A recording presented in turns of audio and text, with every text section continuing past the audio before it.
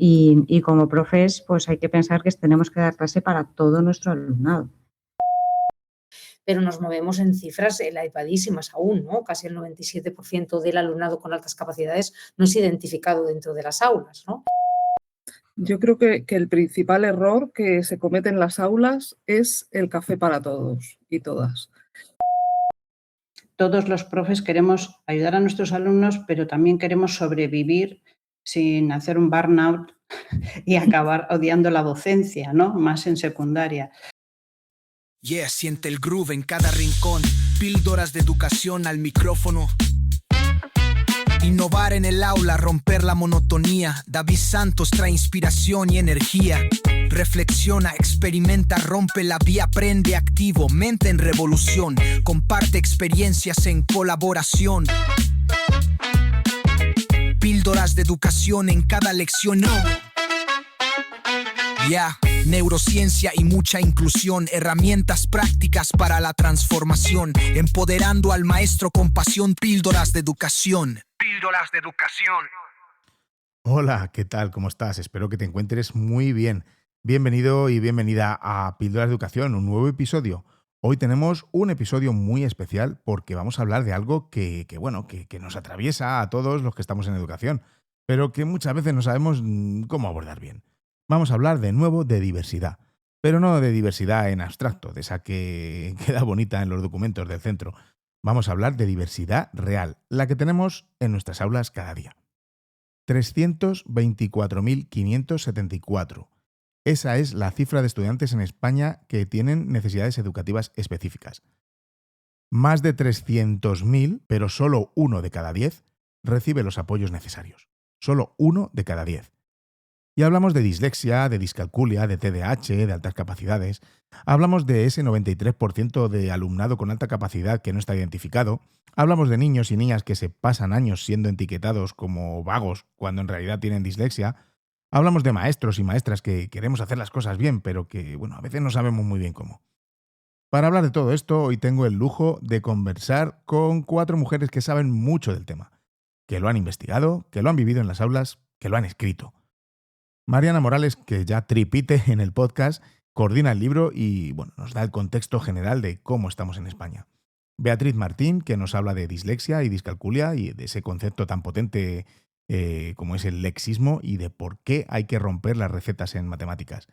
Isabel Orjales, referente en TDAH, que nos va a ayudar a cambiar la mirada sobre esos niños que siempre están en primera fila en la primera línea de playa, como dice ella. Y Yolanda López, que nos abre los ojos sobre las altas capacidades, ese colectivo invisible que tanto necesita que lo veamos.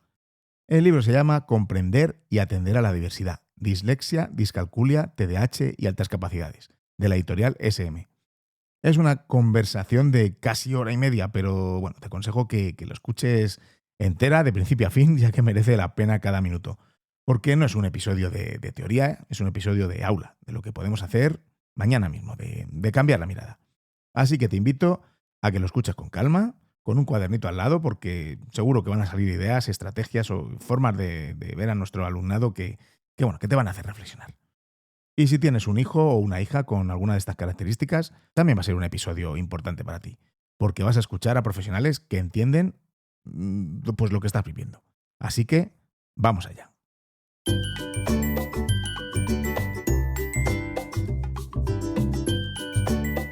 Píldoras de educación con David Santos, porque otra educación es posible.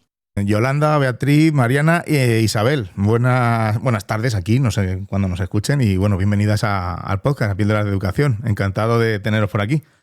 Igualmente, muchas Buenas gracias. Tardes, David.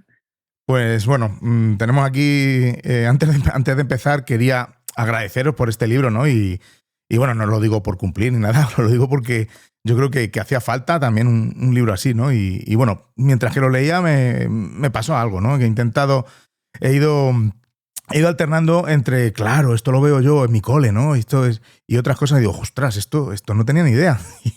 Y esa mezcla del reconocimiento, ¿no? y descubrimiento de otras cosas, pues yo creo que es lo que necesita el profesorado ahora mismo, lo que necesitamos, ¿no? Y habéis conseguido algo complicado, bajo mi punto de vista, que es ser rigurosas sin ser inaccesibles, ¿no?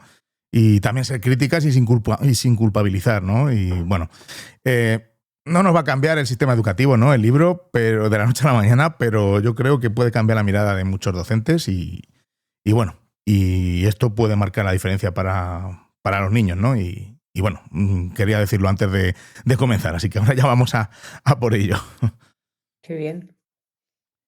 Y bueno, para empezar me gustaría que nos contarais, que queráis, o vais interviniendo, cómo nace este libro, ¿no? ¿Desde dónde nace? Y no solo en lo académico, ¿no? ¿Qué os movía, ¿no? ¿Y qué veíais en los centros o qué experiencias os empujaron a escribirlo?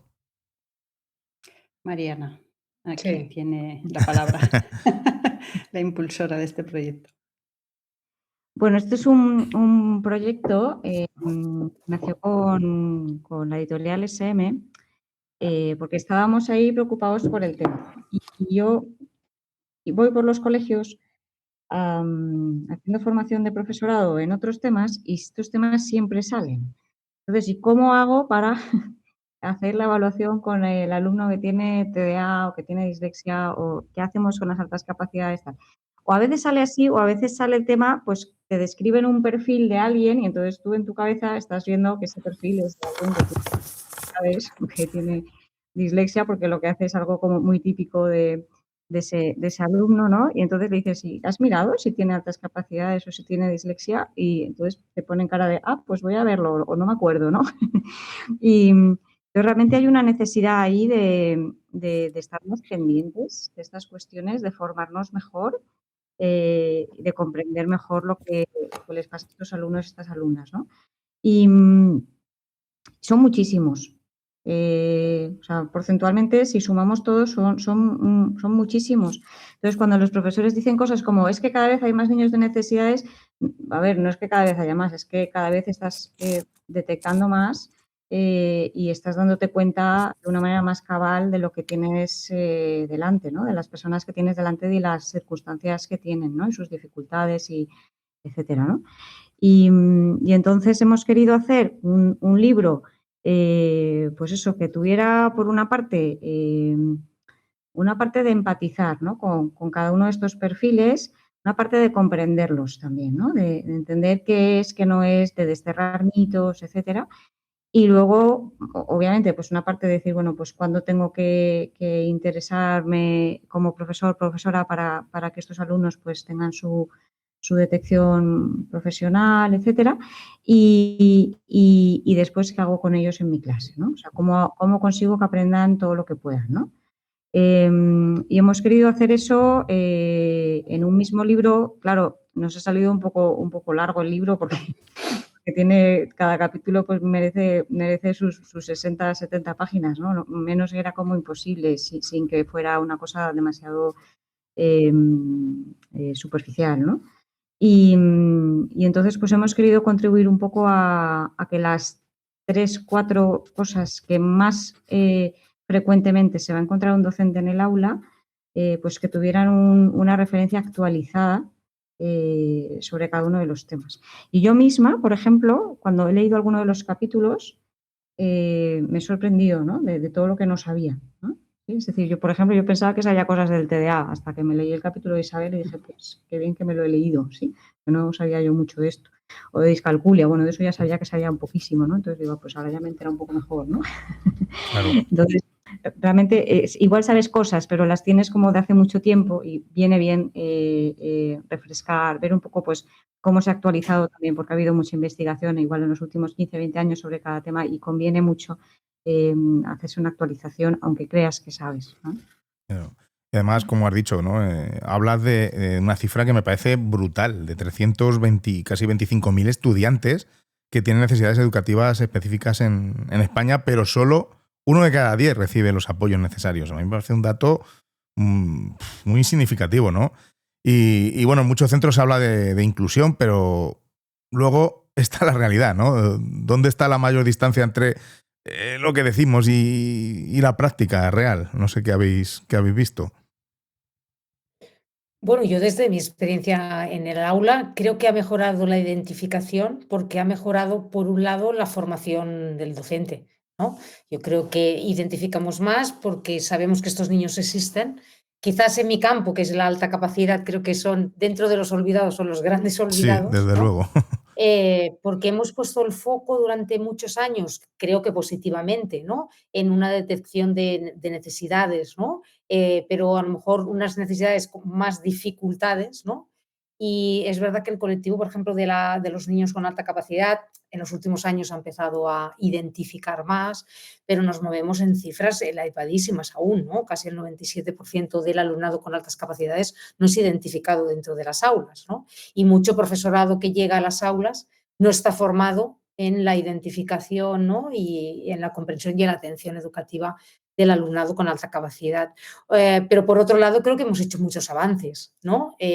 Porque hay una sensibilidad nueva que hace años no había, porque cuando decimos TDA o tenemos, hablamos de dislexia, quizás de discalculia me sumo a Mariana, que nos suena la palabra, pero dentro del aula no sabemos muy bien cómo identificarla, ¿no? Pero bueno, ha habido avances y yo siempre pienso en positivo, ¿no? Que estos avances tienen que continuar. Y creo que el libro es riguroso, pero que está muy cerca del aula, ¿no? No es un manual que bueno, bien, que ya está, lo han hecho expertos, sino que toca el aula y da pautas para el aula, ¿no? Y creo que hace reflexionar, ¿no? Yo en mi caso igual he aprendido de mis compañeras leyendo el capítulo, ¿no? Y llevo muchos años en docencia y tengo formación, pero es que aprendes, ¿no? Y entonces ahí animar a todo aquel que quiera acercarse de una forma rigurosa, ¿no? Pero también buscando unas estrategias para el aula, pues creo que es una buena lectura. Totalmente. Y para mí es un manual como un manual para tenerlo, ¿no? Ahí en la clase, en el centro, y porque yo me lo he leído, por supuesto, y para esta entrevista, y porque me gusta, porque yo leo de educación, ¿no? Porque soy profe, soy director. Pero es que yo veo que yo necesito volver al libro. Decir, oye, vamos a ver estas estrategias, vamos a mirar esto, porque claro, todo no lo tengo en la cabeza. He tomado notas específicas para la entrevista, ¿no? Para esta charla, pero es un libro al que volver sin duda, está claro. Yo creo que es un libro que tiene muchos recursos. Entonces el profesor tiene que leerlo, pero tiene que ojearlo, poner sus post-it donde le llame la atención, tomárselo con calma, porque las novedades y las innovaciones hay que introducirlas en el aula poco a poco, lo digo desde la perspectiva del profesor, porque a todos nos han educado para levantar la vista y llamar la atención a los que están fuera de lugar. Y este es nuestro automático y nosotros pedimos una mirada, como decías tú, que me ha gustado mucho, cambiar la mirada de los profesores y descubrir que tú pones al hiperactivo en primera fila, porque siempre están en primera línea de playa, todos además, ahí montando follón, pero que la mirada es otra. Tú lo pones no por él, para que atienda mejor, lo pones para que tú no te olvides de él, para que cuando él está haciendo un esfuerzo ingente por seguir y trabajar, sea en ese momento, cuando él levanta la vista, que tú le hagas un guiño, le digas que muy bien y tal, y no que le ignores cuando está trabajando y esforzándose y cuando está fuera de lugar le llamas la atención para que vuelva a sitio.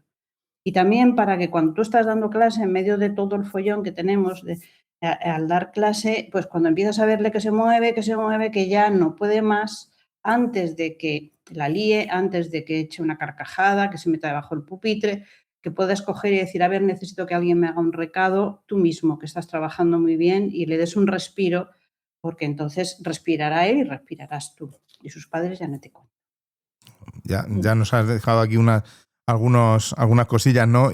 Pero cometemos, yo creo, como docentes, errores no malintencionados. Bueno, alguno habrá, ¿no? Pero eso como en todos los lados, pero son errores como bien intencionados, ¿no? Que cometemos cuando intentamos atender a la diversidad. Eso que hacemos pensando que ayudamos, pero en realidad pueden estar generando más barreras. ¿Qué errores así podéis identificar más comunes, ¿no? que hacemos en las aulas? Yo creo que el principal error que se comete en las aulas es el café para todos y todas. Es decir, tú entras en un aula y vas a dar clase, entre comillas, y entonces no esperas que las necesidades de tus estudiantes sean muy diversas.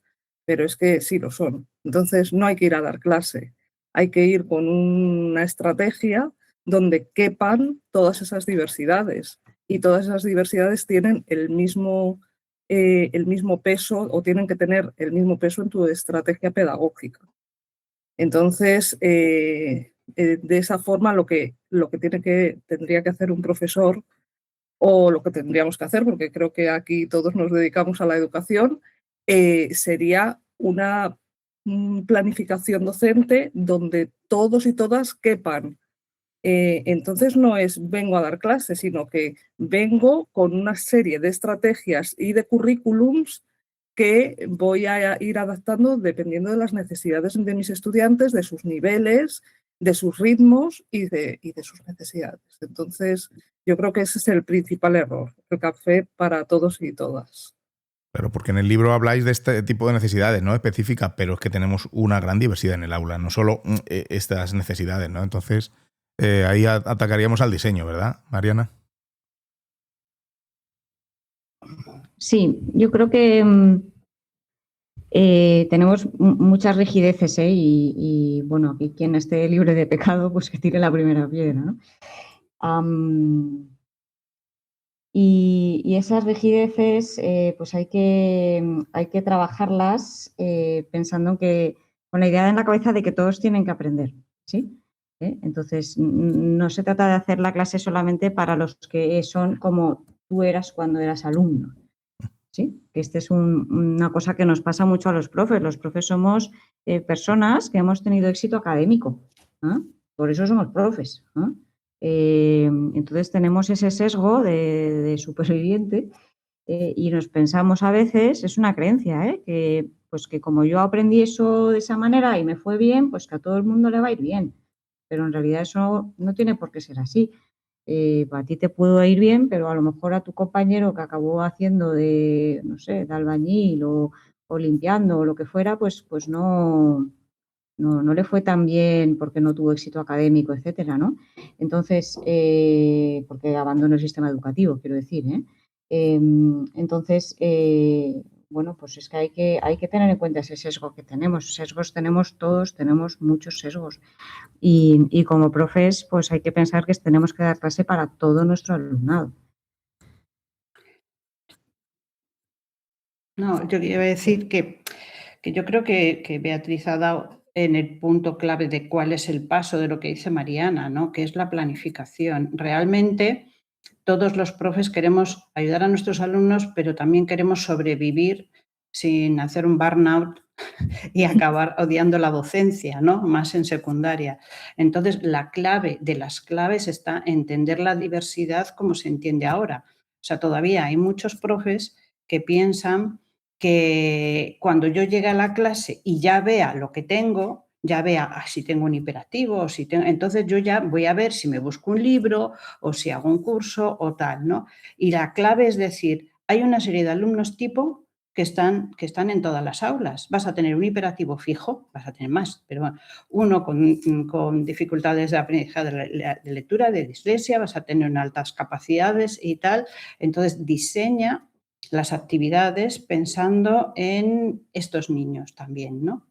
Y luego, pues lo que decía Beatriz, y luego ya es mucho más fácil, porque a lo mejor si tienes 2 con TDAH, pues ya no solo uno, pero lo aplicas, ¿no? Y sobrevives mucho más fácilmente que si en mitad del curso, una vez que ya le conoces, una vez que los padres están presionando, porque a los padres de los niños con altas capacidades que están aterrorizados porque sus hijos van a traumatizarse, porque no se les hacen adaptaciones, presionan a los profesores tremendamente, ¿no? Y entonces, y quieren una respuesta ya, y el profesor está enterándose todavía de que va el niño. Entonces, la mejor forma de hacer un buen trabajo y de hacerlo cómodamente es prepárate en tu asignatura tu plan piloto. Entonces coges el niño tipo medio, el de altas capacidades, el que de incorporación tardía y va desfasado pero listo, pero necesitará formación adicional, y prepara esos materiales, esos recursos para cuando aterrices en el aula, aterrizar de pie, no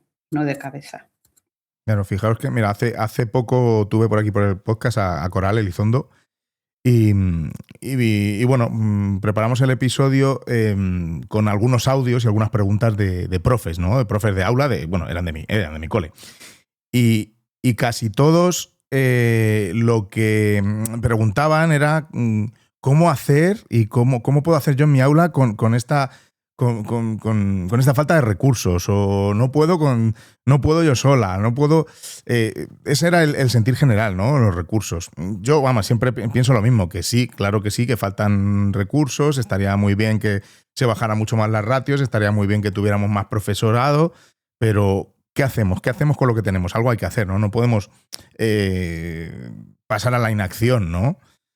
Yo creo que una de las claves, y me ha encantado este café para todos, ¿no? Y el café es verdad que tiene que llegar para todos, pero tiene que ser bueno, tiene que estar a la temperatura, ¿no? No es un café pues de diferente tipología según cómo es el alumno, ¿no? Yo creo que una es entender de que el docente que está en el aula tiene que entender que hay diversidad y esta diversidad está para quedarse ya hace muchos años, y yo creo que bendito, ¿no?, el día que nos dimos cuenta de que había esta diversidad, porque antes era el que sigue y el que no, pues se va perdiendo, ¿no? Y yo creo que en esto hemos hecho un gran avance.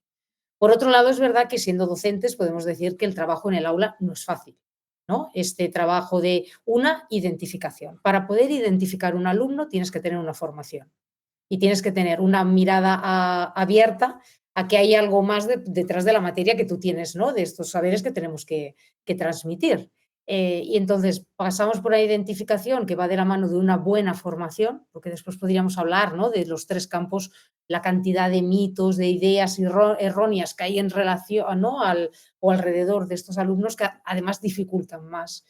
Y entonces, después de la identificación, es decir, vale, en el aula hay que hacer algo, ¿no? Podemos trabajar el multinivel, hay diferentes estrategias que también hay que conocer, ¿no? Entonces, más formación.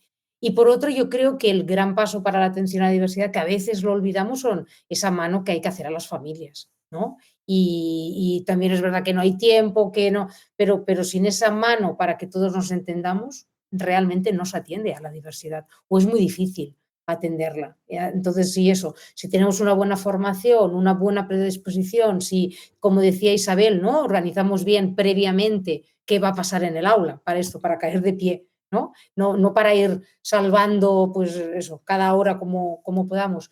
Y después, pues hay este contacto, estos lazos, ¿no?, con las familias, yo creo que es como algo más que queda como completo de lo que idealmente, ¿no?, podríamos hacer por todos estos alumnos. Claro, hablar de identificar primero, ¿no? Pero también corremos el riesgo de trabajar desde la etiqueta, ¿no? En lugar desde la persona. Sí, pero aquí hay una cosa importante. El profesor no puede identificar etiquetas diagnósticas. Y además, ahora mismo, la ley actual ha quitado las etiquetas, lo que está muy bien, y lo que hace es definir perfiles de dificultades, ¿no? Y ahí los profesores son los reyes de la casa. O sea, yo puedo no saber que si este niño tiene TDAH o qué tiene, pero yo sé si no termina las tareas porque se me dispersa, o si no termina las tareas porque se aburre como una ostra, o qué, ¿no? Y sin embargo, como impera muchísimo el modelo médico, claro, el modelo médico es identifico yo el bicho y luego le pongo el antibiótico, ¿no? Pero claro, no puedo poner antibiótico si no hay el bicho, pero en educación no es así. En educación la intervención no empieza tras la etiqueta. Como me decía una madre que me llamó asustada, que la profesora de su niño de 6 años le decía que no sabía si tenía altas capacidades o TDAH. Y yo le dije, o las dos cosas. Y claro, la orientadora estaba atendiendo a todos los que tenía ahora que atender, y entonces ya seguramente en segundo trimestre ya abordará este tema. Y mientras tanto la profesora decía que no sabía cómo actuar con él. Y claro, la pregunta del millón, y le decía, pero vamos a ver, el niño, ¿cómo lo detecta? O sea, ¿qué es lo que detecta diferente? Pues entonces tú tendrás que saber que si el niño termina pronto necesitará motivación y más materiales. Si el niño se dispersa y no termina las fichas, entonces no puedes coger y solo mandarle todas las fichas para casa.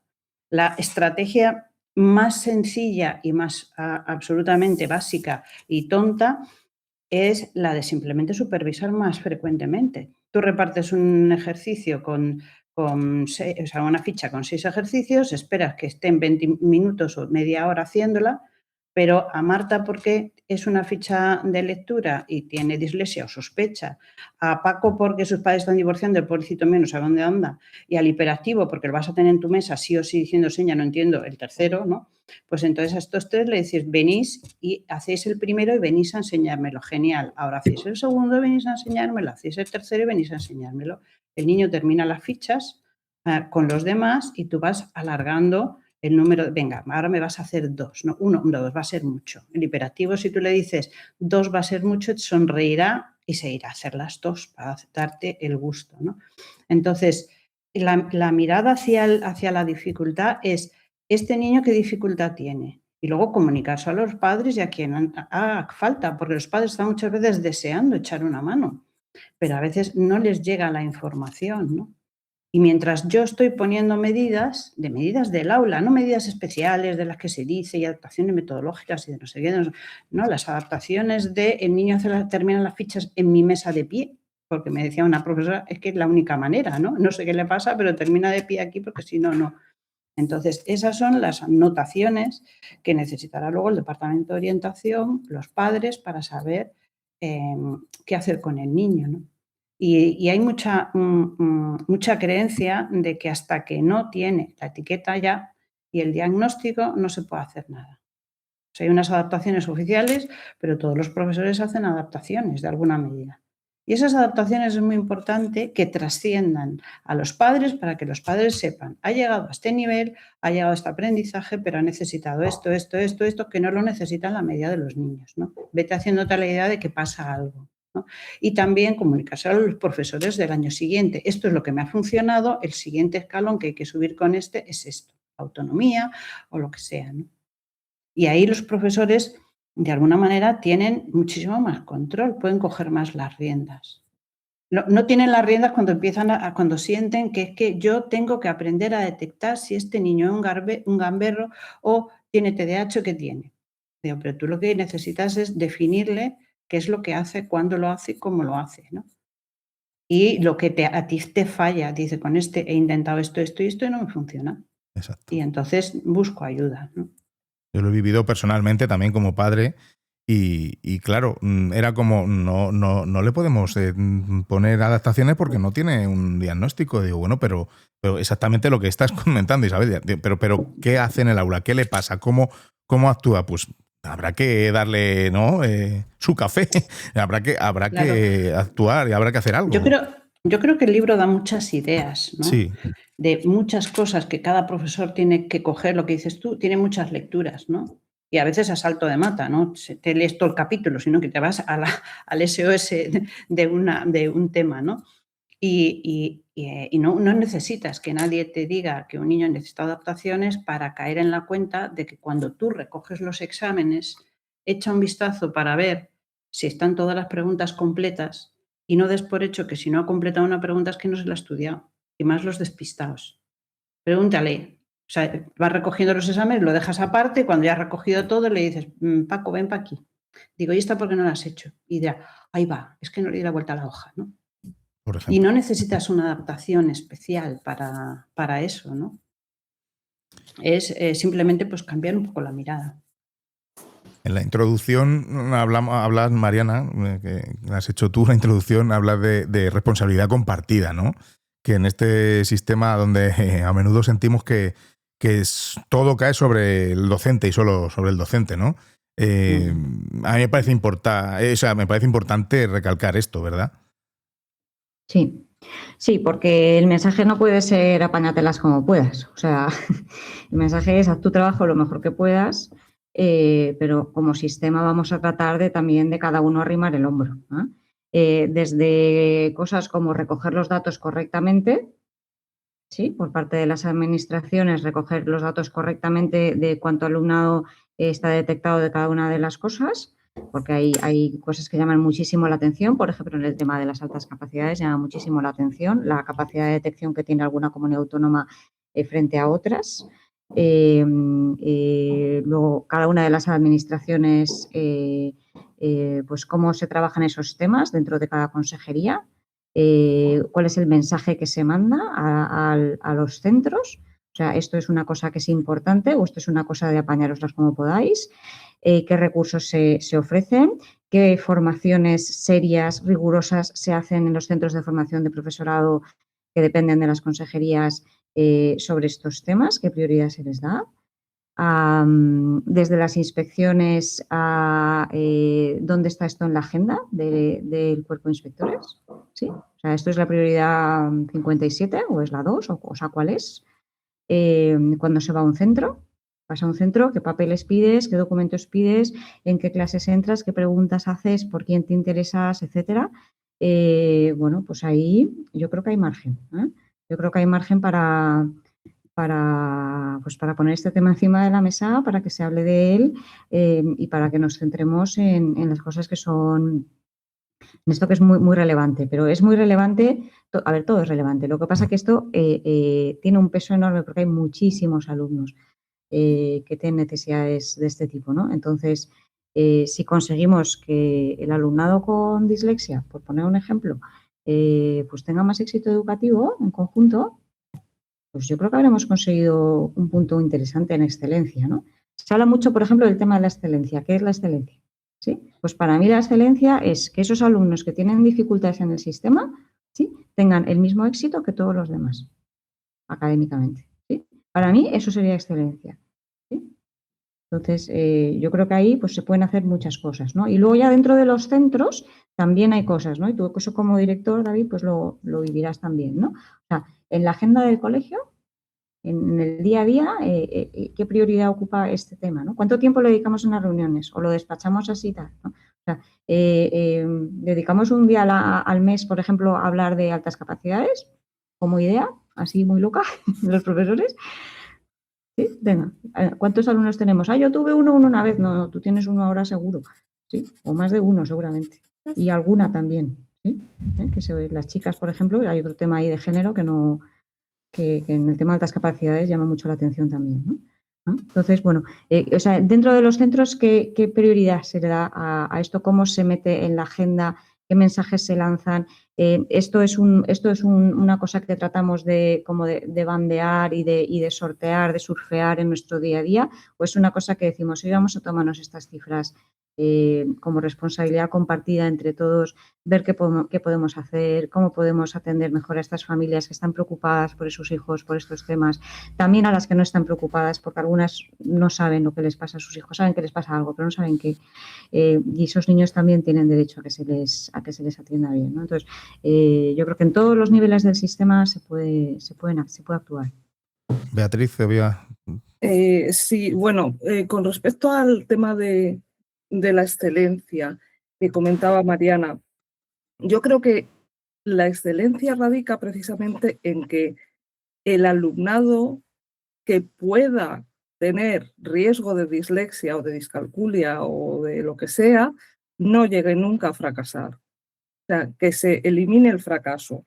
Entonces, claro, aquí hay una contradicción, ¿no? Porque si trabajamos desde los modelos de respuesta a la intervención, que es lo que yo propongo en mi capítulo, hay una detección del riesgo, pero no llegas a dejar que el niño fracase. O sea, estás ofreciéndole continuamente lo que necesita. Entonces, ahí está la excelencia. ¿Y eso cómo se aplica? Se aplica con un compromiso no del profesorado, sino de, primero, la administración, segundo, los equipos de dirección y tercero, el profesorado. Porque es que es una política de acción. No, en otros países tenemos al gobierno que encarga a un comité de expertos que haga una investigación sobre cómo trabajar en determinados ámbitos, por ejemplo, pues cómo se trabajan las dificultades lectoras. Aquí vamos un poco dando palos de ciego. Ahora, por ejemplo, ha salido la nueva definición de dislexia, pues hace poco, donde ha participado un compañero mío de la UNED, de que cuando yo estuve en la UNED, y que ahora está en la Universidad de Málaga, y no he visto una repercusión mediática importante. A ver, que tenemos una nueva definición de dislexia y que todavía la gente no ha asimilado la antigua y ya tenemos una nueva. Y en la nueva hay cosas muy importantes a tener en cuenta. Por ejemplo, los niveles de gravedad. La dislexia no es la dislexia todo o nada. Puede haber dificultades lectoras o de escritura muy leves, puede haber algo muy profundo, o puede haber comorbilidades, y además el entorno donde crece el niño o la niña tiene mucho que ver con cómo se desarrolla esa dificultad.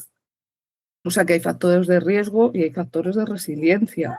Entonces, eso, si no lo tenemos claro cómo funciona, pues llegamos a nuestro aula y decimos, pues vamos a ver quién tiene problemas de lateralidad. Y estamos ahí buscando problemas de lateralidad que no tienen nada que ver con eso que estamos buscando. Entonces, ahí está la dicotomía esa de identificar, etiquetar. ¿Hace falta diagnósticos? Pues no necesariamente hace falta diagnósticos. Lo que hace falta es saber, evaluar las necesidades de nuestros estudiantes. Por ejemplo, saber que mi estudiante tiene dificultad con la conciencia fonológica y que tengo que enseñarle conciencia fonológica porque todavía no detecta las sílabas en las palabras. Es que eso tengo que saberlo para enseñárselo. De ahí a tener que diagnosticar dislexia, pues no, vamos a ver cómo funcionamos primero en el día a día y sobre todo que entres en un aula, veas niños y niñas que tienen dificultades para aprender a leer y no digas, es que son unos vagos. Y bueno, a colación de lo que decías antes, Mariana, yo como director vivo situaciones pues eso, con la administración, soy director de un centro público. Y bueno, tenemos, en mi cole en particular, tenemos 30 y muchos alumnos diagnosticados con necesidades específicas y la lucha es para que nos ofrezcan o nos den los recursos adecuados de PT, AL que necesitamos, porque es una lucha. A mí siempre me dicen los profesores, pero si es que por esta ratio necesitaríamos no sé cuántos. Digo, ya lo sé. ¿Y qué hacemos? Y pues insistes, te quejas, sigues para arriba, para abajo. Y luego, pues decisiones como, por ejemplo, pues este año tenemos 2 PTs y medio, ¿vale? Pues durante varios... Sí, y medio. Le cortamos por la mitad y le compartimos con otro centro, ¿no? Pero es que durante años hemos tenido un PT entero en el colegio y el otro entero era medio solo más el otro medio. O sea, no sé si me entendéis.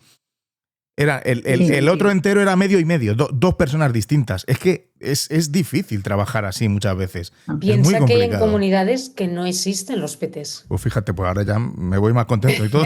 Claro. Creo que, estoy de acuerdo en general con esto que comentas de la inflexibilidad del sistema.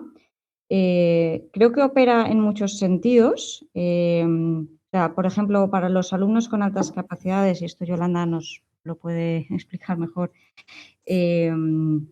una opción es la aceleración de curso y en nuestro país esto es una anécdota, ¿no? O sea, no estamos hablando, es que yo creo que ni se recogen esas cifras, ¿no? De cuánto alumnado hay que se le proponga y se acepte como medida adelantarle un curso, ¿no? Y esto nos está hablando de rigideces del sistema, pero también de rigideces mentales nuestras como profesores a la hora de pensar en qué es lo que le conviene más a un niño, ¿vale? También, si puedo añadir algo sobre el tema de adaptaciones. En el caso de la dislexia, más que, bueno, además de adaptaciones, que bueno, las adaptaciones serían ya más en situaciones donde no ha habido una intervención adecuada, yo hablaría de facilitar vías alternativas de desarrollo. Vías alternativas de desarrollo. Entonces, no estoy de acuerdo con Isabel, creo que tengo que decirlo con que el cerebro de las personas con dislexia es más lento, eso no está documentado. Puede haber comorbilidades y puede haber, si hay comorbilidad con TDAH, puede haber problemas con una velocidad de procesamiento más lenta, pero el cerebro de las personas con dislexia tiene una dificultad muy clara y muy centrada en el procesamiento del sonido, de los sonidos del habla, que deriva en dificultades para desarrollar la correspondencia grafema-fonema Y luego, además, sobre todo en lenguas transparentes como el español, pueden tener dificultades de fluidez lectora. Entonces, teniendo eso en mente, y que nuestros estudiantes con dislexia, con dificultades lectoras, no tienen problemas para aprender, para reflexionar, para comprender, si les damos medios alternativos para que su lectura sea fluida o para que, en vez de leer, pues escuchen. O sea, que no todo tiene que ser leído. Hay una parte del capítulo donde hablo de esos momentos de la historia donde no todo se aprendía a través de la escritura, sino que también la lengua oral, el aprendizaje a través de la lengua oral es importante. Tú bien lo sabes, David, que tienes este podcast. Entonces, a ver, lo que hace a los niños y niñas con dislexia, lo que hace que tengan dificultades, son sus dificultades con nuestro alfabeto, o sea, con nuestro sistema de escritura. No, tiene un componente genético, sí. Que tiene un componente en el cerebral, sí. Pero eso no debe llevarnos a pensar que estos niños y estas niñas no pueden aprender al mismo ritmo que un niño que no tenga dislexia. En las adaptaciones falta una pata importante, ¿no? Que es la intervención. Porque hacemos adaptaciones pero hacemos una adaptación y evaluamos a un niño oralmente porque no sabe expresarse de forma escrita, de forma organizada y demás, ¿no? Pero le hacemos adaptaciones un año y le examinamos oralmente y el año siguiente esperamos que madure espontáneamente y ya no necesite las adaptaciones o que llegue a segundo de bachillerato con las adaptaciones. Lo que necesitamos es que esas adaptaciones vayan parejas a una intervención. Y a veces la intervención es yo le hago un examen oral, pero mando a casa las preguntas de examen, le quito deberes para que pueda coger y practicar en casa, desarrollar las respuestas por escrito. Y luego me lo trae. Y yo le felicito, ¿no? Y en la medida en la que vaya pudiendo, pues empieza a responder a una por escrito y las otras se las pongo oralmente, ¿no? Y esta parte de la intervención, claro, ahí es donde solo se reconoce la necesidad de determinados apoyos para hacer intervención a los niños que tienen trastornos más severos, ¿no? Pero es importante porque hay muchas veces que las familias están deseando decir, dime qué trabajo con él, o dime a dónde lo llevo, o dime qué necesito, y no les llega la información.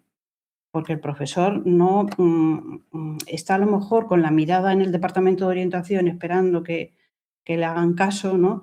Y mientras tanto, y pensando que tiene que esperar a una etiqueta diagnóstica para que funcione, ¿no? La realidad es que las etiquetas al profesor le tienen que importar poco. 1 de cada 4 niños con TDAH tiene algún trastorno específico del aprendizaje.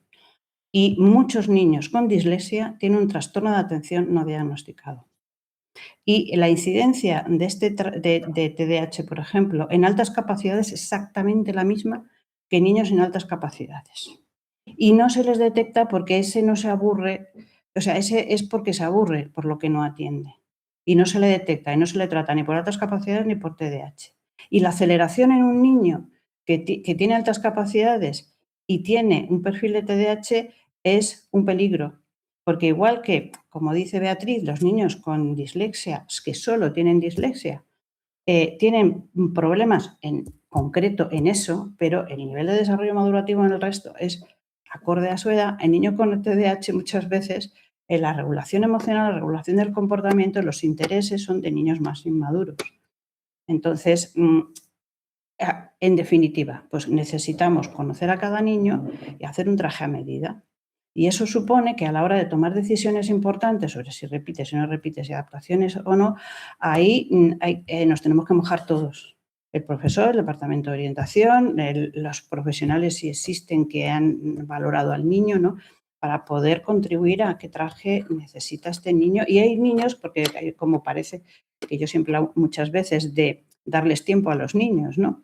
Y de que no todos tienen que empezar el sistema educativo en primero de primaria, que aprovechemos ese recurso, porque cuanto menos diversas sean las aulas, más fáciles son de enseñar a los niños, ¿no? Entonces, pues yo también digo que hay veces que el niño tiene que pasar con esta profesora de este grupo maravilloso, que lo llevan de cine, ¿no?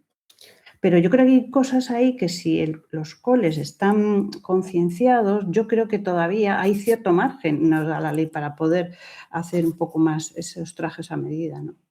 Y yo me cojo a esta idea de trajes, yéndome también a la ley y a esta palabra que repetimos todos en Puertas Abiertas, que es la personalización, ¿no? Todos los centros hablamos de que en este centro se personaliza.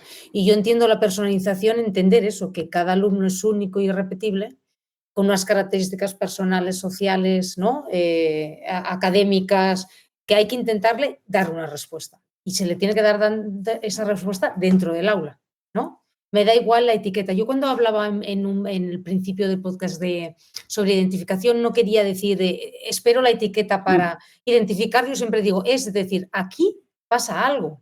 Y si pasa algo, tengo que hacer yo como docente algo en la clase, me tengo que poner en contacto con la familia y decir, oye, ¿y en casa?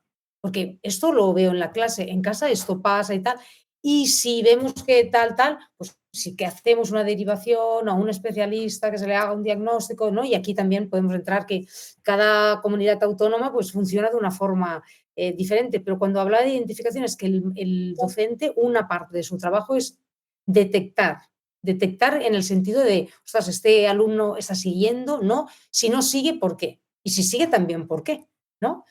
Porque también es verdad de que yo tengo la sensación que en las aulas tenemos la mirada únicamente a las dificultades y muchas veces se nos pasan por las fortalezas, ¿no? Y ya no hablo únicamente de los de alta capacidad, sino todas estas características también, ¿no? Que tienen los alumnos, sus aspiraciones, sus intereses y tal, que pasan, ¿por qué? Porque tenemos esta mirada de que no se me escape ninguno, ¿no? Con dificultades, ¿no? Entonces yo creo que, bueno, que en el aula eso, hay que estar muy atento y esta atención no solo para esta etiqueta, porque yo creo que las etiquetas tampoco, si yo me espero, ¿no? Como docente a que alguien diga que ese niño es tal, y digo, vale, ¿y ahora qué? ¿No? ¿Qué hago? He perdido 6 meses hasta que no lo han derivado, que han hecho un diagnóstico, que la familia ha podido pagar, que no sé qué, no sé cuánto. Y creo que va más de decir, oye, ¿qué está pasando en el aula? ¿No? Y cómo cada alumno puede encontrar su lugar en ese aula, en ese grupo, ¿no? En ese centro, en esa propuesta educativa, y cómo cada familia también tiene que encontrar su lugar para eso, para trabajar conjuntamente, ¿no? Bueno, y en este sentido es muy importante, ¿verdad?, la detección temprana, que estamos aquí todos de acuerdo. Y bueno, que yo quería ir por un poquito de cada disciplina, aunque llevamos aquí un buen rato aquí hablando. Pero bueno, por ejemplo, cada una de lo que habéis aportado en el libro, que para un maestro que nos esté escuchando, sobre todo de infantil, ¿no? Si hablamos de detección temprana, a lo mejor en ciertos aspectos se puede detectar en infantil, ¿no? ¿Qué señales de alerta debería observar, pues no sé, a lo mejor desde los 4 años o qué indicadores pueden predecir esas dificultades futuras? Empezamos, si queréis, por la dislexia o discalculia. Señales de alerta. A ver, las señales de alerta de la dislexia, yo más solamente se descubren cuando el niño se enfrenta a la lectura. Entonces, claro, hay que estar prevenidos porque hay señales, hay predictores, más que señales de alerta, hay predictores. Entonces, el tema de la conciencia fonológica, de lo que ya hablaba, pues es muy importante. Los niños, pues, suelen tener bastante sensibilidad a los sonidos. Cuando les enseñamos a jugar con los sonidos, pues lo cogen enseguida. Pues si les pedimos que dividan en sílabas, dando palmadas, o les pedimos que cambien las palabras quitándoles un sonido, cambiándolo por otro. Pero hay niños que tienen para los que es muy difícil hacer esto. Entonces eso es una señal de alerta. Y claro, pues el tema de conocer en español es muy importante, el conocimiento de las letras. Y bueno, pues si les preguntamos a los niños y a las niñas en infantil qué letras conocen, van a conocer sobre todo las de su nombre, porque claro, esto es muy sensible al entorno. En las familias donde se lee cuentos por las noches o por el día a los niños y las niñas, pues van a tener más conocimiento del lenguaje escrito. Entonces es muy sensible a esto, pero si detectamos que hay niños que llegan a 5 años y siguen conociendo solo las letras de su nombre y no son capaces de aprender el resto de las letras, aunque en clase se esté trabajando con las letras, con sonidos, tanto con sonidos como con nombre, pues es otra señal importante de alerta. Y en discalculia, bueno, pues el sentido numérico, que es una cosa que yo creo que se trabaja poco, es una cosa que se desarrolla desde los 3 meses de edad. O sea, los niños desde los 3 meses de edad ya dan señales de comprender las cantidades, de comprender la magnitud, de una forma muy analógica, claro. Entonces, la discalculia está muy vinculada a ese sentido numérico precoz, o que forma parte de nuestra naturaleza. También lo tienen los mamíferos, el resto de mamíferos, incluso peces e insectos, las abejas también.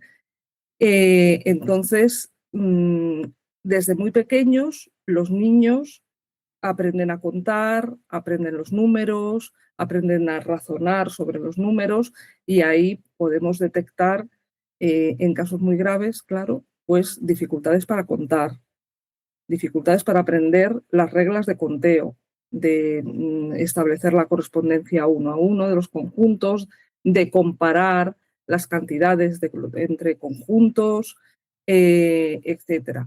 Claro, estos son casos muy graves, que están muy vinculados a la parte más genética.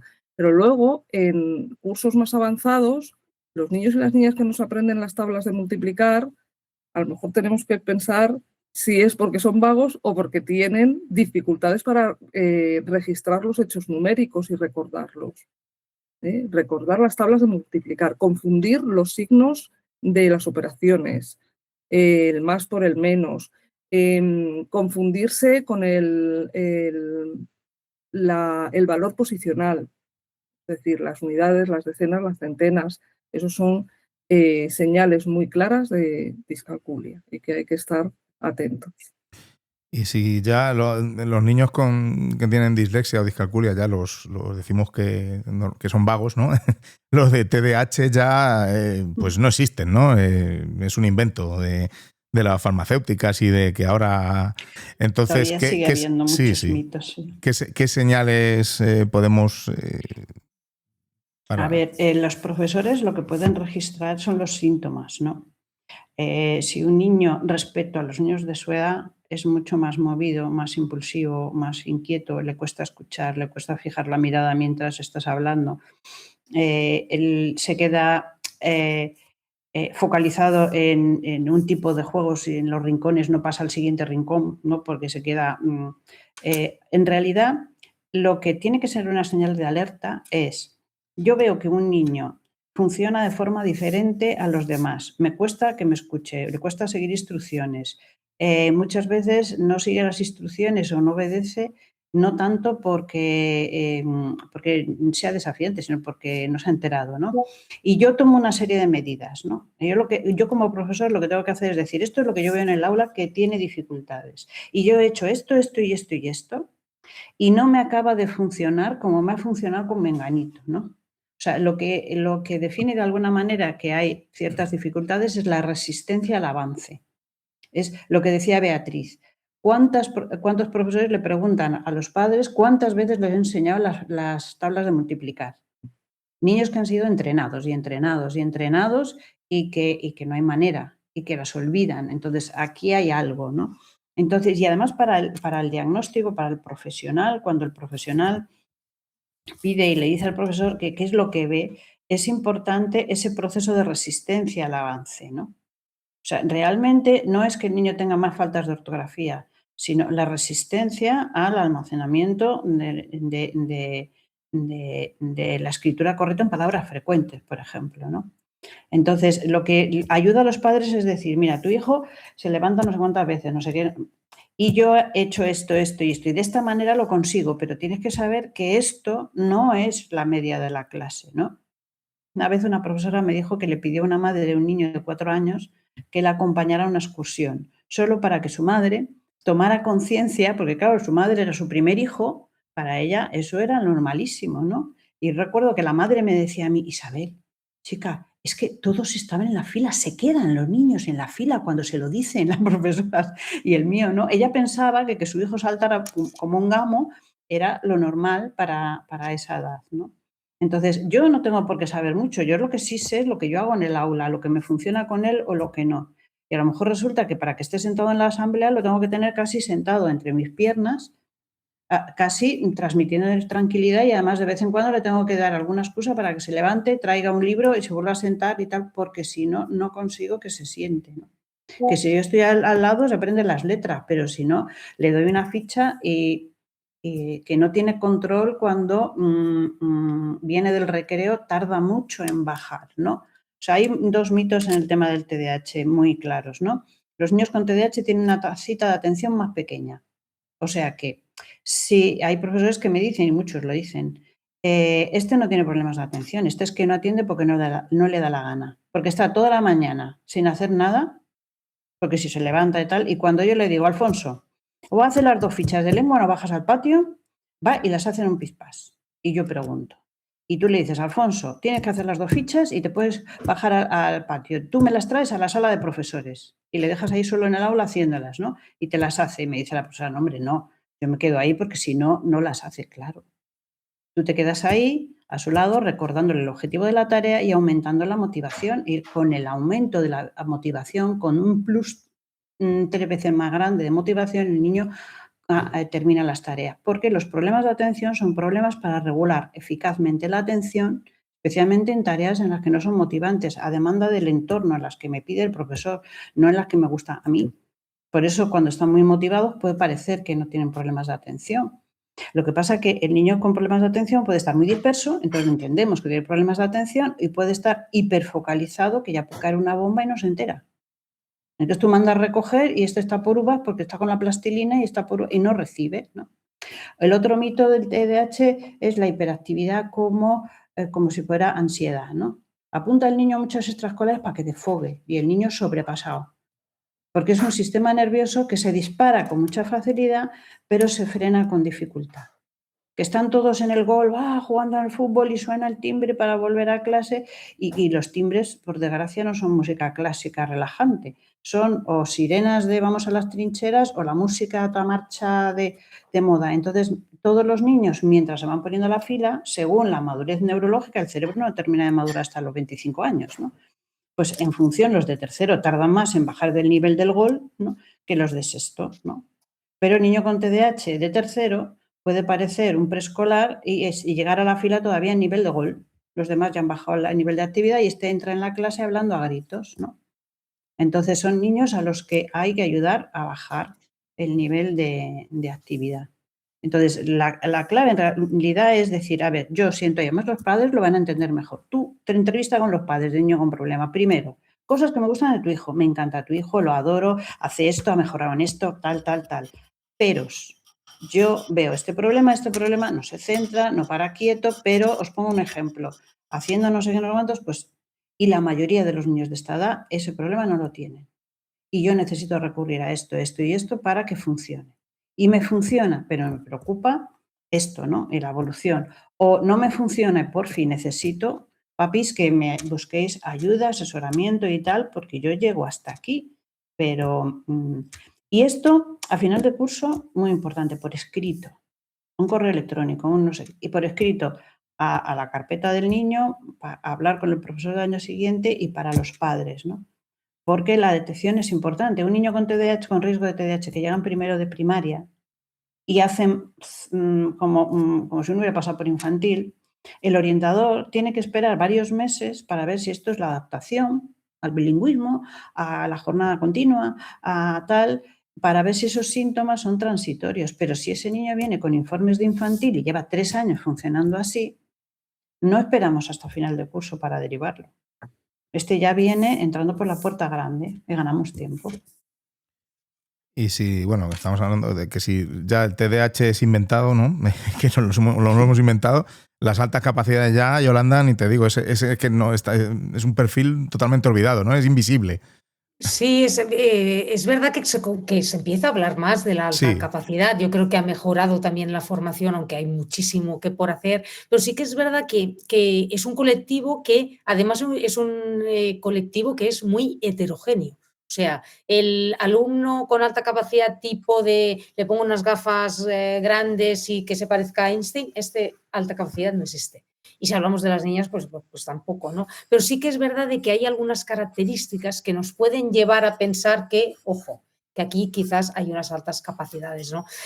Normalmente, si hablamos de infantil, que yo creo que es donde se tiene que ya, ¿no?, poner esta mirada, son alumnos que normalmente presentan un desarrollo disarmónico, es uno a nivel cognitivo, ¿no?, y es un desarrollo muy, muy rápido y muy bueno, y a lo mejor a nivel motor, pues son niños pues iguales que la edad o más torpes, o a nivel emocional, ¿no? A lo mejor la parte cognitiva está muy bien, muy desarrollada y la parte emocional no la tienen. Normalmente parece que son niños autodidácticas, dicen, es que aprenden solos. Y digo, no, es que nadie aprende solo, sino que gracias a estímulos que tienen a su alrededor aprenden más rápido que los demás. Y entonces encontramos a niños que hablan desde de edades que no son habituales, que leen, ¿no?, que escriben, que hacen operaciones. Por ejemplo, también presentan o suelen presentar buenas actividades de comunicación o en el habla o en la escritura, elevada estrategias metacognitivas, ¿no?, una gran memoria, unas ganas de aprender. Entonces,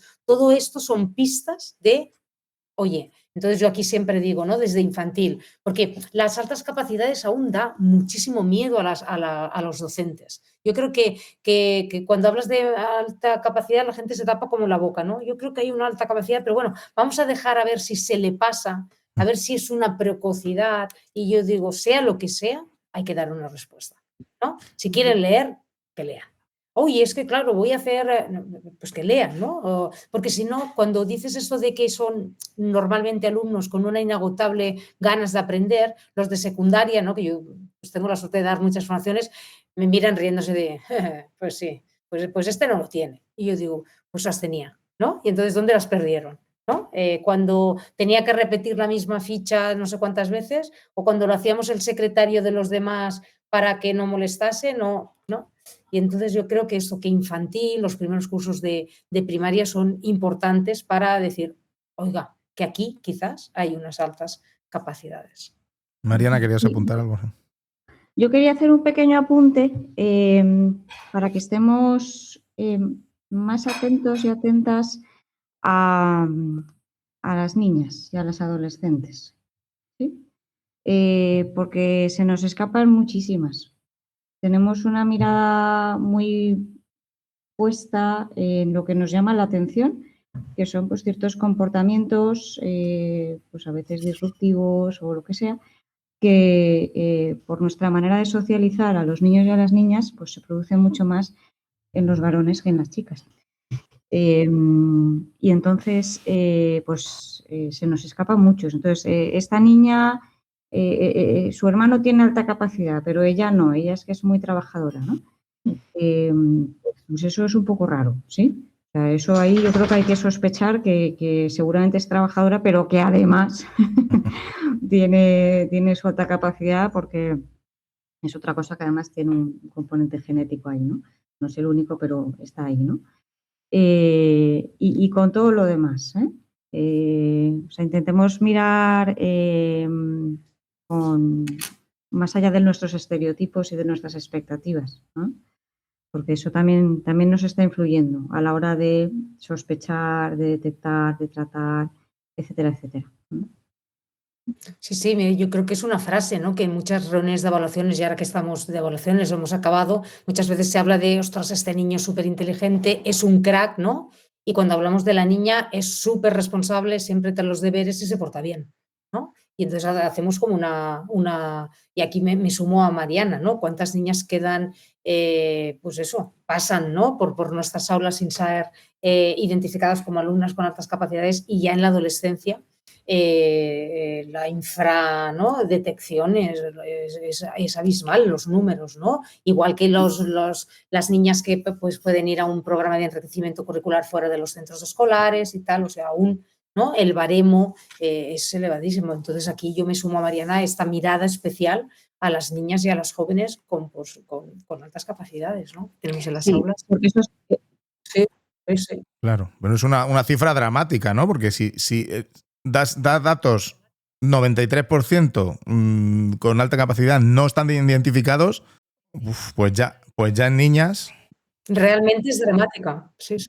sí, suma muchísimo. 97 o sí, 97, 98, depende. Es verdad de que también nos podemos mover en comunidades, ¿no? Porque también la alta capacidad, tú puedes ser alta capacidad en una comunidad autónoma y en otra no, porque los criterios son distintos. Entonces hay familias que cambian de comunidad autónoma para que se les reconozca a sus hijos las altas capacidades y para que puedan tener una beca y puedan acceder a un programa extracurricular de enriquecimiento. O sea que si lo piensas realmente es durísimo para las familias y hay muchas familias que realmente lo están pasando muy, muy mal por cómo entendemos, ¿no? Las altas capacidades, por supuesto, intelectuales aquí en España, ¿no? De ahí que identificación desde las primeras etapas y respuesta educativa acorde a esa necesidad de quiero más, ¿no? Y parece que el querer más en el aula porque tengo ganas de aprender, porque puedo aprender más rápido, siempre es para, ¿no? O frena, ¿no? Y porque da miedo, ¿eh? Y si hablamos de talento, aún nos da mucho miedo hablar de talento y de capacidades dentro del aula, ¿no? Entonces yo creo que aquí hay un camino largo por hacer, ¿no? Mira, en el TDAH también pasa con las niñas. Ah, pues mira. En TDAH pasa con las niñas. Las niñas suelen tener un perfil de TDAH más moderado que los varones. Las niñas son más para adentro y los varones son más para afuera. El varón suele exteriorizar más. Y la niña, no sé qué parte es también educativa, ¿no? La niña ante las dificultades es más fácil que se esfuerce y que intente pelear, y el varón que abandone. Entonces el varón acaba dando más guerra y acaba en el departamento de orientación. Y la niña, que el profesor ve que se esfuerza mucho y que no da de sí todo, pues muchas veces la considera como cortita. Y entonces, como la considero cortito y pienso que eso no es modificable, la ayudo, la quiero mucho, pero no la derivo. Una sorpresa que me encontré yo enorme fue que cuando yo estaba dirigiendo trabajos de fin de máster de secundaria, ¿no? Pues tenía un grupo de alumnos que estaban haciendo las prácticas en ese momento y entonces queríamos ligar que el TFM lo hicieran relacionado. Entonces yo les di la idea de esto que tanto cuesta a los profesores de secundaria, que es cómo hago adaptaciones y toda esta historia. Y digo, mira, tú puedes hacer tu TFM localizando a los niños con TDAH y niñas de secundaria y ayudando a los profesores a valorar para cada uno de estos chavales qué tipo de adaptaciones pueden ser útiles, ¿no? Y me encontré con la sorpresa de que realmente el infradiagnóstico de TDAH en secundaria es enorme. O sea, los niños que hay en secundaria básicamente son los que vienen diagnosticados en primaria. Pero el salto a secundaria destapa a muchos niños con TDAH, sobre todo inatentos, porque es cuando de repente ya los padres no pueden compensar muchas cosas, donde tienen que organizarse mucho, tienen que planificar y de repente se estrellan, ¿no? Entonces, ahí en segundo de secundaria es muy importante, pero realmente yo decía, ¿qué es lo que pasa? Les pedí a todos que contaran el número de aulas, el número de niños diagnosticados con TDAH, la ratio, y entonces dijimos, bueno, pues si entre un 3 y un 6% es muy razonable, pongamos un 4% y tiramos a la baja, pues vamos a ver cuántos niños no tenemos diagnosticados, ¿no? Teóricamente, ¿no? Entonces, también les pedí que preguntasen la formación que tenía el tutor, si es licenciado en Historia, en Física, y sí había recibido formación en TDAH. Y recuerdo una orientadora que a través de mi alumna, yo entendía que era una excelente orientadora, le dijo pues que realmente no había dado formación en TDAH porque realmente tenía 5 con TDAH y estaban más o menos organizados, medicados o lo que sea, ¿no? Que quien le preocupaba eran los de compensatoria. Como si en compensatoria no haya dislexias y TDAHs y de todo, ¿no? Y con aderezos, ¿no? Entonces, uno de los problemas que es, pues que está mal montado, esto depende de las comunidades, pero en general está mal montado. O sea, se dice que para que un niño sea visto en el departamento de orientación es el tutor o los profesores los que tienen que detectar la dificultad y derivarlo. Pero tú tienes profesores que son especialistas en su asignatura, que un año les toca ser tutores, otro año les toca ser tutores, que tienen a niños en la adolescencia, en la preadolescencia, que es más difícil saber cuál es el origen del problema. Realmente lo que debería de haber es que en los departamentos de orientación hubiera un programa de detección y dentro de ese programa de detección se incluya la formación de profesores para cosas tan sencillas como cuando te sientes con los padres y cotejes si esas dificultades que hay en el aula las están viendo, haciendo los deberes, haciendo no sé qué, pues también que pregunten, oye, en tu familia ha habido dificultades de la lectura, ha habido niños inquietos, ha habido fracaso escolar y tal, porque eso también nos da una pista, ¿no? El conocer que un niño ha tenido profesores particulares y que han estado los padres encima y tal, y que todavía tiene determinadas dificultades, ya alerta, ¿no? Pero esto, lo ideal sería, pues claro, lo lógico sería que esto partiera de un programa que se diseña desde el Departamento de Orientación. No esperar a que el profesor tenga los conocimientos y la formación para decir, oye, a este me lo mira sí o sí, ¿no? Porque creo que tiene dificultades. Bueno, yo me tiraría aquí hablando, me quedan muchas cosas en el tintero, pero bueno, yo sé que los oyentes van a ir al libro directamente, porque ahí es donde tenemos, como lo he dicho, toda la guía, todo el manual, ahí bien, para tenerlo en los centros, en la clase, en casa, donde sea. Entonces, si os parece, vamos a pasar a este cuestionario rápido. Vamos a, de estas 3 preguntas que he ideado para vosotras, un cuestionario más express, ¿no? Vamos a cada una a desarrollarla con una idea, ¿no? Cortita. La primera pregunta, que bueno, todos habéis trabajáis con docentes, veis aulas reales, y si cada maestro que nos escucha pudiera llevarse una sola idea a su clase mañana, o del libro en general, de lo que habéis escrito, lo que sea, ¿cuál sería esa, por una sola idea que se puedan llevar? Por ejemplo, Mariana, empezamos contigo. A ver, yo, en relación al alumnado con dislexia, a mí me parece que estamos en el siglo XXI, que hay una cosa que se llama auriculares y que los niños, cuando están leyendo, los adolescentes, el libro de texto de sociales o de naturales o algo de eso, se les puede ayudar muchísimo a los que tienen dislexia si pueden tener sus auriculares y escuchar el texto locutado. Y eso es una cosa que se puede hacer pues mañana mismo. Muy bien. Bueno, Beatriz, ya que seguimos por ahí, ¿alguna idea? Pues como Mariana ha hablado de dislexia, yo voy a hablar de discalculia. Estamos oyendo continuamente la importancia del STEM y de animar a las niñas a que hagan carreras de ciencias, matemáticas, física, etc. Entonces, yo creo que una de las cosas que hay que llevarse al aula es que las niñas no son peores en matemáticas que los niños, y que si hay dificultades matemáticas, lo que hay que ver es si hay una dificultad específica, una dificultad de aprendizaje, y de la discalculia también se sale, es decir, alguien puede estudiar ciencias teniendo discalculia. No es verdad que eso imposibilite. Entonces, una de las cosas que hace que nuestro alumnado tenga tan poco nivel en matemáticas, aparte de que no se detecte la discalculia, que la discalculia no es la culpable de ese bajo nivel, es la forma de enseñar matemáticas. Entonces, yo quiero que se lleven al aula pues la idea de que hay que aprender didáctica de las matemáticas y enseñar matemáticas de una forma estructurada y de una forma lógica, y teniendo en cuenta qué cosas tienen que desarrollar cognitivamente los niños y las niñas para aprender ciertos contenidos matemáticos que son cruciales, como por ejemplo el mínimo común múltiplo, el máximo común divisor, las fracciones, que es ahí donde los niños con discalculia se quedan frenados y no siguen. Muy bien. Isabel, seguimos contigo.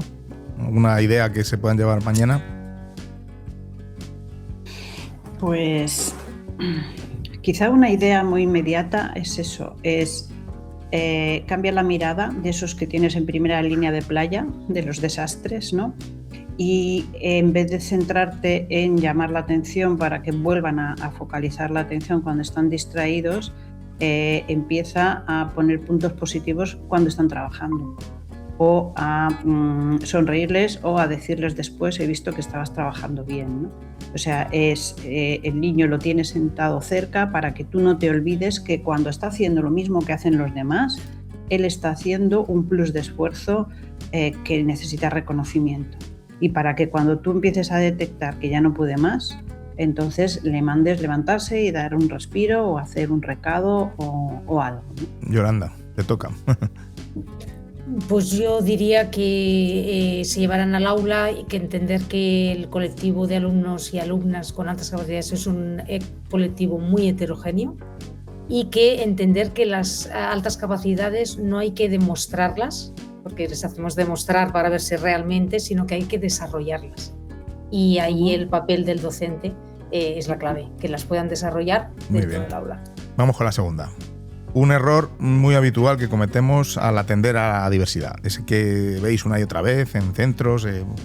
Venga, ¿con quién empezamos ahora? Venga, Yolanda, dale. Yo mira, dale. Si quieres empiezo yo.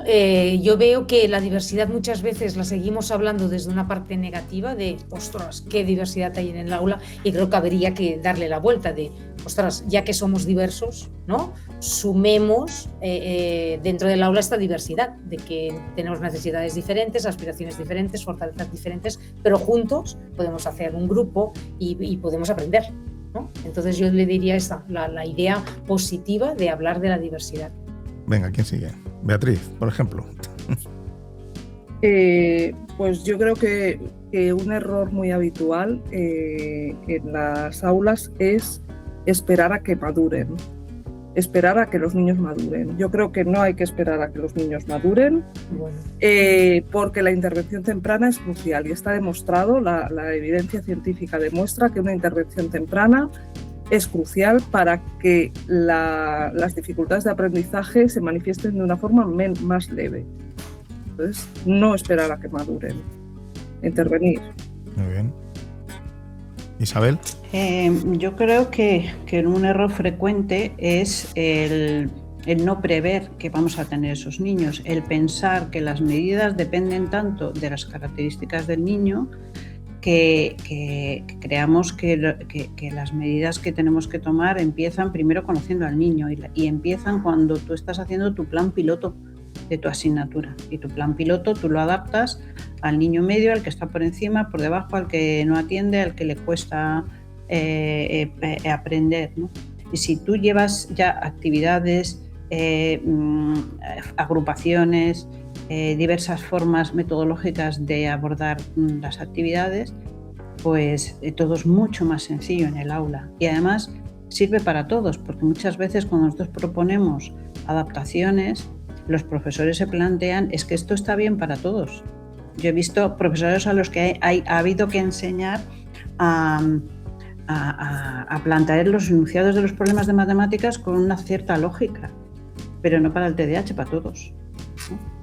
Entonces, es eso, o sea, piensa una actividad, piensa una nueva forma de trabajar, piensa para introducir cada año algunas cosas nuevas que puedan servir para todos, ¿no? Y que te faciliten el trabajo. Mariana. Yo creo que un dinos. error que he visto con cierta frecuencia consiste en pensar que simplemente con hacer una metodología activa, pues esto ya estaba solucionado.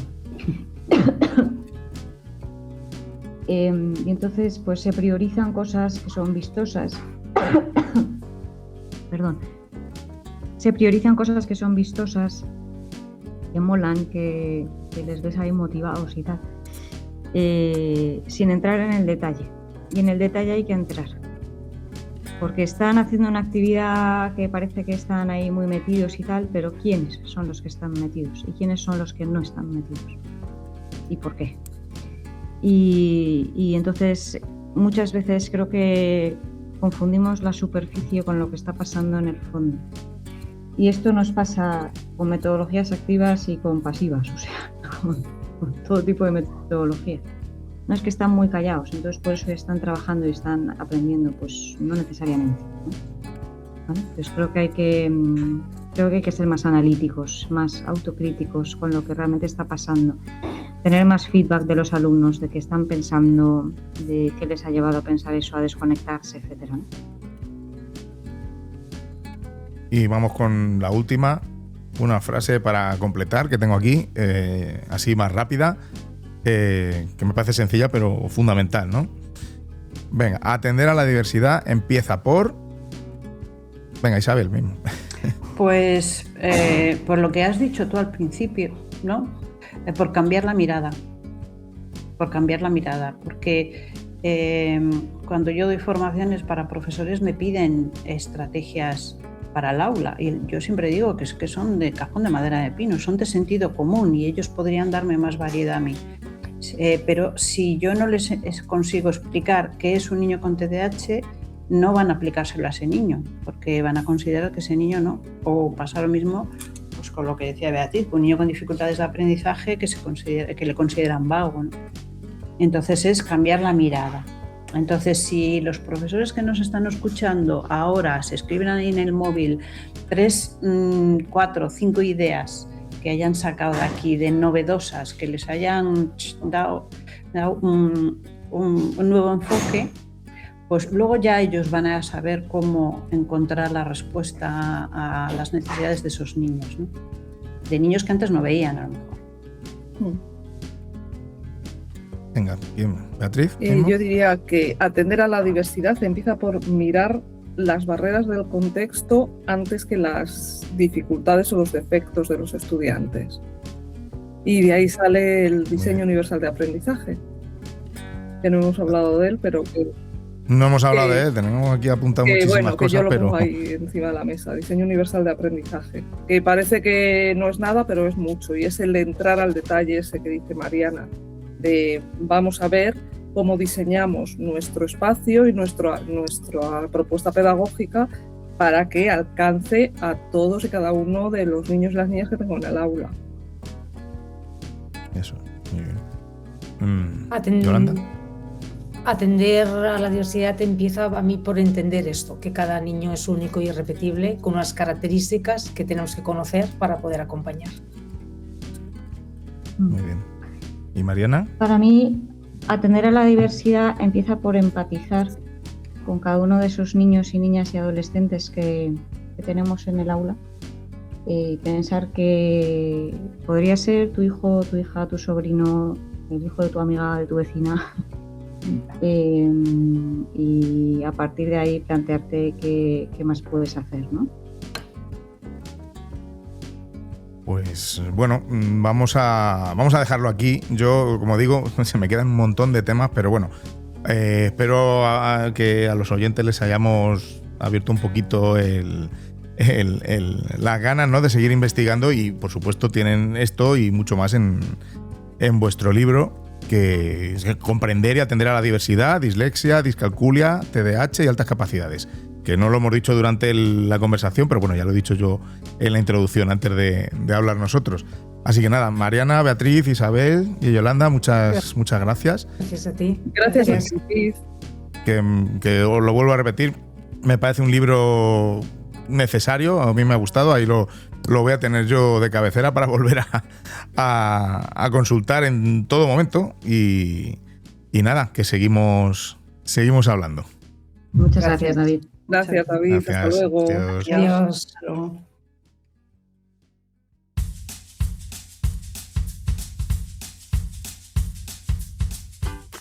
Bueno, pues hasta aquí esta conversación con Mariana, Beatriz, Isabel y Yolanda. Qué potente, ¿verdad? Yo me quedo con tantas cosas que no sé ni por dónde empezar. Pero si tengo que quedarme con algunas ideas claves serían estas. Primero, no podemos seguir esperando. No podemos esperar a que maduren, no podemos esperar a la etiqueta diagnóstica para actuar. La detección temprana y la intervención temprana son cruciales. Y eso está en nuestras manos como docentes. Segunda, cambiar la mirada. Esos niños que siempre están en primera línea de playa, como decía Isabel, necesitan que cambiemos la mirada. Que los miremos, no para llamarles la atención cuando la lían, sino para reconocerles el esfuerzo ingente que están haciendo cuando están trabajando. Tercera, no es café para todos, pero tampoco es un traje diferente para cada uno. Es diseñar pensando en la diversidad desde el principio. Como decían, no esperes a conocer al niño para adaptar. Prepara tu plan piloto de asignatura pensando ya en el niño tipo medio, en el de altas capacidades, en el que tiene dificultades, etc., ¿no? Y luego ajustamos. Cuarta, atender a la diversidad es responsabilidad compartida. No es solo del docente de aula, es de la administración, del equipo directivo, de las familias, del departamento de orientación. Todos tenemos que arrimar el hombro. Y la quinta, que para mí es la más importante, es empatía. Como decía Mariana al cerrar, piensa que ese niño podría ser tu hijo, tu hija, tu sobrino, el hijo de tu amiga. Y a partir de ahí, pregúntate qué más puedes hacer. Este libro, Comprender y atender a la diversidad, editado por SM, es una herramienta buenísima para tener en el centro, en el aula, en casa. No es un libro para leer de una sentada y dejarlo en la estantería. Es un manual para consultar, para volver, para subrayar, que ya os digo que lo tengo siempre ahí a mano.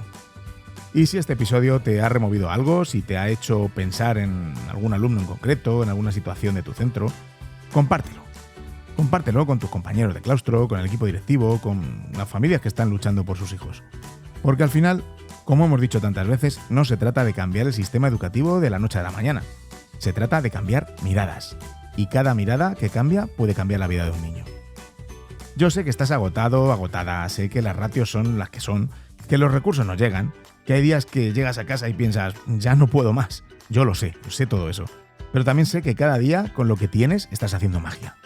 Y esa magia empieza muchas veces en algo tan sencillo como ver a ese niño de otra manera, verlo de verdad. Así que, gracias Mariana, Beatriz, Isabel y Yolanda por este libro, por esta conversación, por vuestro trabajo. Y gracias a ti, que me estás escuchando y hasta el final, por seguir creyendo que es posible una escuela más justa, más inclusiva, más humana. Nos escuchamos en el próximo episodio de Píldoras de Educación. Y recuerda, con tus píldoras podemos hacer que la educación goce de la mejor salud.